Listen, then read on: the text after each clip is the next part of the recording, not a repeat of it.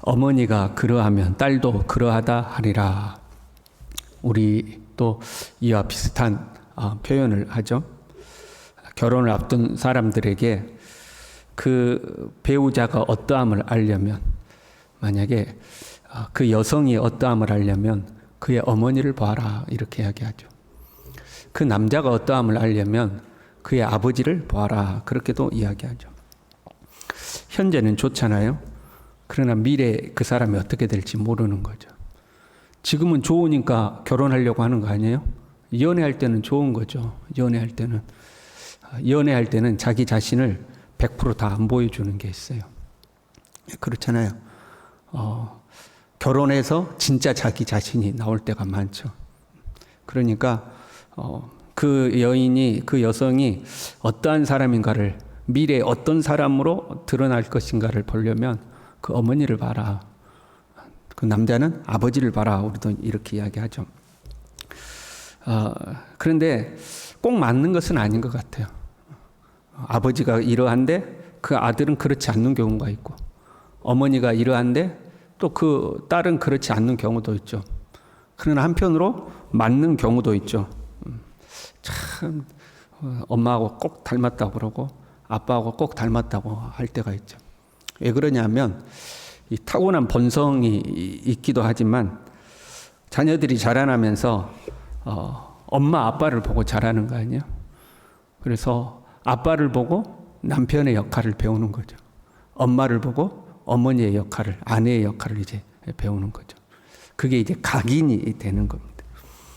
그러니까 내가 보고 자랐던 부모의 역할이 내 속에 각인이 돼서 결혼을 하면 여자는 아내로서 이렇게 사는 거구나, 남자는 남편으로서 이렇게 사는 거구나, 그게 각인되는 거죠. 결혼하기 전에요, 요즘 젊은 사람들은 조금 다른 것 같기는 해요. 근데 여러분, 결혼하기 전에 공부하고 결혼해요? 그냥 결혼해요? 남편이란 무엇인가 다 공부를 하고, 아내란 무엇인가 공부하고, 아버지란 무엇인가 공부하고, 어머니란 무엇인가 공부하고, 그런 젊은이들 없어요. 그냥 좋아서 결혼하는 거죠. 그리고 남들은 어떻게 사는가 이거 보고 남들이 사는 것처럼 이제 살려고 하는 거죠. 근데 거기에 가장 큰 영향을 미치는 게 이제 부모인 거죠. 왜냐하면 배워서 습득한 지식보다 각인된 지식이 훨씬 영향력이 있는 겁니다. 어릴 때부터 보고 내 안에 무의식 속에 딱 각인되는 거죠. 그래서 한편으로는 어머니가 그러하면 딸도 그러하고, 아버지가 그러하면 아들도 그러한단 말이 한편으로는 맞아요. 그러나 또 한편으로는 안 맞기도 해요. 자기가 성장하면서 자기 스스로를 돌아보고 부모의 좋은 점은 본받으려고 그러고, 내가 봤을 때 부모님의 좋지 않은 점은 나는 저렇게 하지 않을 거야 하고 자기를 바꾸는 사람들 있죠. 그런데 그 중에는 또 나는 크면 절대 우리 엄마처럼 안 할 거야, 그런데 꼭 자기 엄마처럼 하는 사람이 있어요. 나는 커서 절대 우리 아빠처럼 안 할 거야, 그런데 꼭 자기 아빠처럼 하는 사람도 있는 거죠. 그러니까 사람마다 좀 다르긴 한 것 같아요. 어찌됐든 간에 부모된 우리가 자녀들에게 모범을 보일 수 있어야 되죠. 부모란 저런 거구나, 남편이란 저런 거구나, 아내란 저런 거구나 하고 모범을 보일 수가 있어야 되죠. 지금 본문의 말씀은 이스라엘에 대해서 하시는 말씀이죠. 핏덩이 같은 그 어린 아이를 지나가던 왕이 보고 데려다가 잘 키우고 양육하여 아름다운 이 딸로 자라게 하고 왕후가 되었더니 그 왕을 배신하고 자기의 아름다운 영화를 드러내면서 온갖 음란하고 못된 짓을 한 그 여인에 대한 이제 말씀인 거죠. 45절에요. 너는 그 남편과 자녀를 싫어한 어머니의 딸이요. 남편과 자녀를 싫어한 어머니, 뭐요? 가정 버린 여자는 거죠. 가정을 버린 여자의 딸이다 하는 거죠. 너는 그 남편과 자녀를 싫어한 형의 동생이로다. 무슨 말이에요? 그 어머니도 가정 버리고 떠났어요. 그런데 자기 언니도 가정 버리고 떠난 거예요. 네 집안 자체가 그렇다는 거예요. 네가 태어난 집안의 풍토 자체가 그렇고 그런 집안이다. 엄마도 가정과 보통 가정은 버려도 자녀는 안 버리잖아요. 그런데 자식까지 버리고 떠나버렸고, 네 언니도 자식도 버리고 다 떠나버린 여자다 하는 거죠. 46절에요. 내 형은 그 딸들과 함께 내 왼쪽에 거주하는 사마리아요. 내 아우는 그 딸들과 함께 내 오른쪽에 거주하는 소돔이라.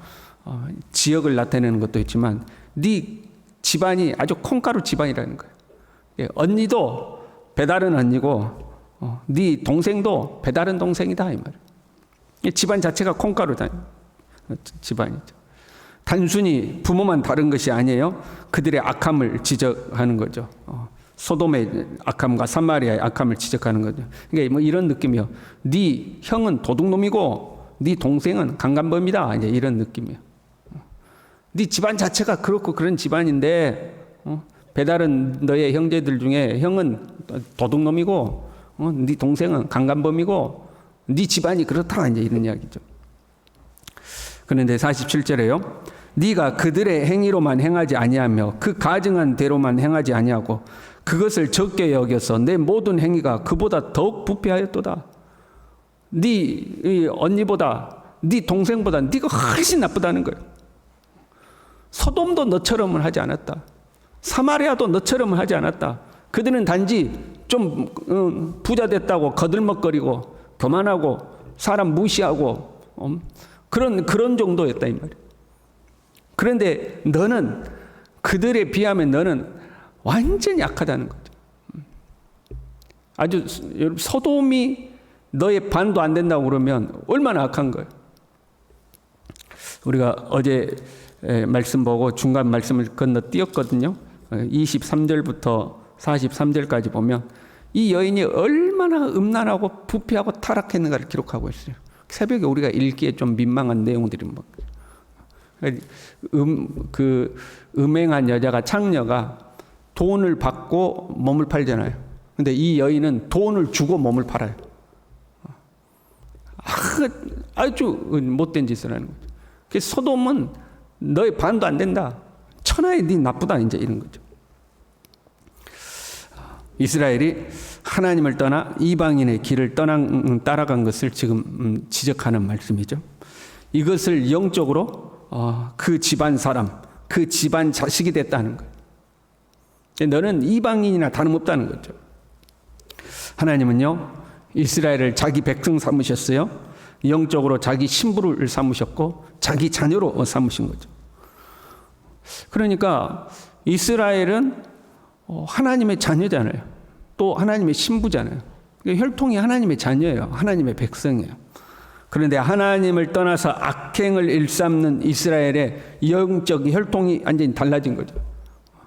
너희 어머니는 가정 버리고 떠났고 네 형제도 악하고 네 동생도 악하고 우리가 육적으로는 한 번 우리의 자녀가 됐으면 그 자녀가 어쩌든지 간에 우리 자녀예요. DNA 검사하면 우리 자녀로 나오는 거죠. 그러나 영적으로는 이게 달라지는 거죠. 하나님의 자녀에다가 이 악한 자녀가 되는 거죠. 우리는 원래 마귀 종이었어요. 공중의 권세 잡은 자 마귀를 따르던 마귀의 종이었고 진노의 자녀였어요. 하나님의 그 큰 사랑을 인하여서 예수님을 믿음으로 말미암아 우리의 신분이 바뀌었어요. 이제 우리는 하나님의 종이에요. 하나님의 자녀예요. 하나님의 백성이에요. 천국 시민이에요. 주님의 몸된 교회의 지체예요. 예수 그리스도의 신부예요.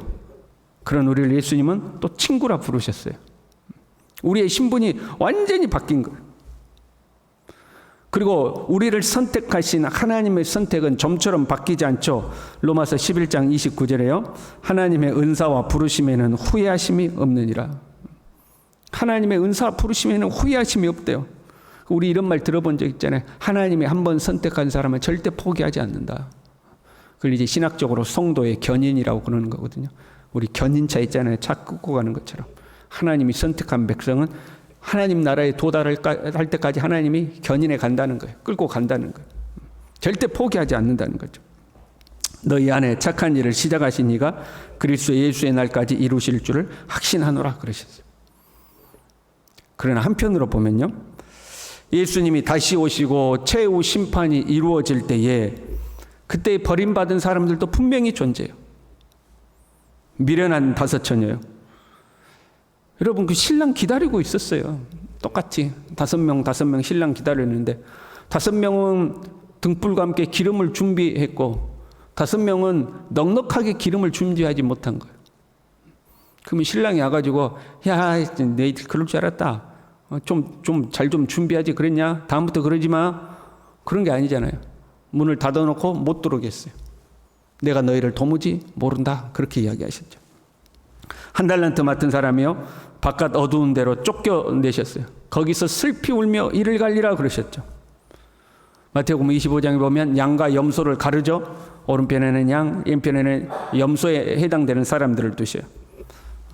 그때 왼편에 있는 사람들이 이렇게 항의하죠. 주여, 우리가 어느 때에 주님이 헐벗은 것을 보고 모른 채하고 굶주린 것 보고 모른 채하고 옥에 갇혔을 때 우리가 모른 채 했습니까? 우리가 어느 때에 그랬습니까? 하는 거죠. 예수님을 주여 하고 주님이라고 불렀어요.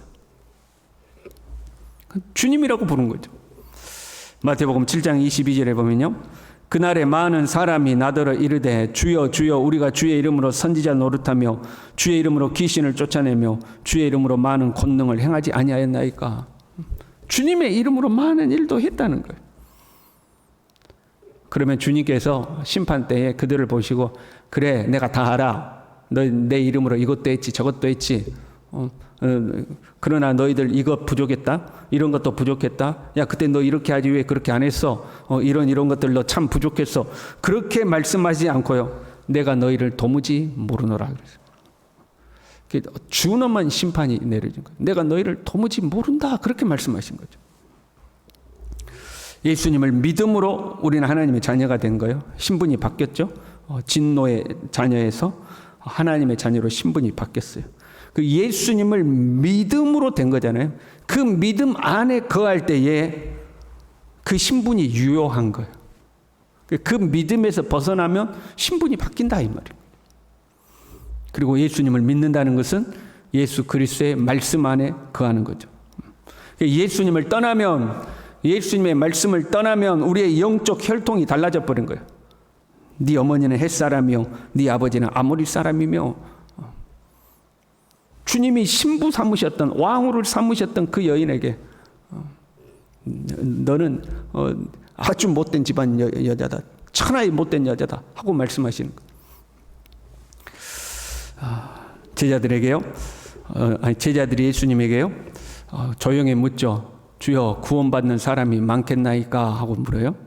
그때 예수님이 뭐라고 대답하시죠? 많다, 적다 그렇게 말씀하지 않고 좁은 문으로 들어가기를 힘쓰라. 넓은 문은 찾는 사람들이 많지만 좁은 문으로 들어가는 자는 찾는 자가 적다 그렇게 말씀하시죠. 그러니까 구원받는 자가 많다는 말이에요, 적다는 말이에요? 적다는 거죠. 좁은 문으로, 좁은 길을 가지 않으니까. 그러면서 예수님이 이렇게 말씀하셨어요. 인자가 올 때에 세상에서 믿음을 보겠느냐. 인자가 올 때에 세상에서 믿음을 보겠느냐. 예수 그리스도 구속의 은총으로 구원받았어요.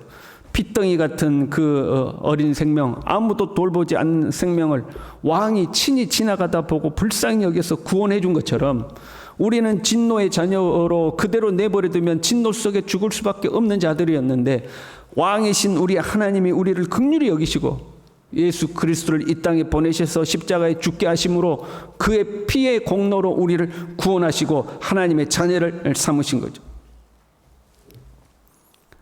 우리는 그 은혜와 믿음으로 구원받아서 하나님의 자녀가 되고 그리스도의 신부가 되었어요. 그러면 우리는 이 하나님의 은혜를 잊어버리지 말고, 하나님의 은혜를 절대 잊어버리지 말고 믿음의 길을 걸어가야 되는 거죠. 그런데 교회는 왔다 갔다 하는데 이 믿음의 길에서 떠나는 거죠. 나를 구원하신 하나님에게 등을 보이는 거죠. 좁은 문으로 가지 않는 거죠. 교회를 왔다 갔다 하지만 불법을 행하는 성도들이 너무 많은 것 같아요. 그렇잖아요. 믿는 사람들의 이 잘못된 행실에 대한 언론 보도들이 나올 때마다 우리는 마음을 졸이잖아요. 정말로 하나님을 믿는가? 불법을 행하는 사람들이 점점 많아지는 거죠. 그렇게 불법을 행하지는 않는다 할지라도 하나님으로부터 점점 멀어지는 거예요. 나를 구원하신 그 하나님의 은혜를 잊어버리는 거죠. 핏덩이로 버려진 나를 구원하시고 지금까지 나를 이끄신 하나님의 은혜를 잊어버리는 거죠. 이제는 나도 할 만큼 했으니까 내 인생 즐기고 살겠다 하고 세상으로 나가는 거죠. 저와 여러분이 정신을 바짝 차리고 믿음의 길을 걸어야 할 줄로 믿습니다. 하나님의 자녀답게 살아야 돼요. 그리스도의 신부답게 살아야 되죠. 예수 그리스도의 순결한 신부로 살아야 되는 거죠. 보세요. 어머니가 그러하면 딸도 그러하다 그랬어요. 어머니가 그러하면 딸도 그러하다. 그러니까 어머니를 봐서 딸을 알 수 있다는 거고 딸을 보면 어머니도 알 수 있다는 거 아니에요? 그러면 사람들이 우리를 보고 누구를 알아야 돼요? 하나님을 알아야 된다. 예수 믿는 너희들을 볼 때에 하나님은 이런 분이시구나. 이것이 드러날 수 있어야 되는 거죠. 저와 여러분이 그렇게 살아가는 하나님의 사람들이 될 수 있기를 바랍니다. 기도하겠습니다. 하나님 아버지, 우리를 보고 하나님을 사람들이 발견할 때에 네가 믿는 하나님은 참으로 위대하신 하나님, 사랑이 많으신 하나님, 긍휼하신 하나님, 정의롭고 의로우신 하나님, 우리를 통하여서 하나님의 영광이 드러날 수 있도록, 반대로 우리를 보고 네가 믿는 하나님 나는 안 믿겠다 그렇게 말하는 하나님, 우리가 그런 모습으로 살지 아니하도록 어디를 가든지 하나님의 자녀요 하나님의 백성이요 그리스도의 신부답게 살아갈 수 있도록 주님 우리 모두를 붙들어 주시옵소서. 예수님의 이름으로 기도 올리옵나이다. 아멘.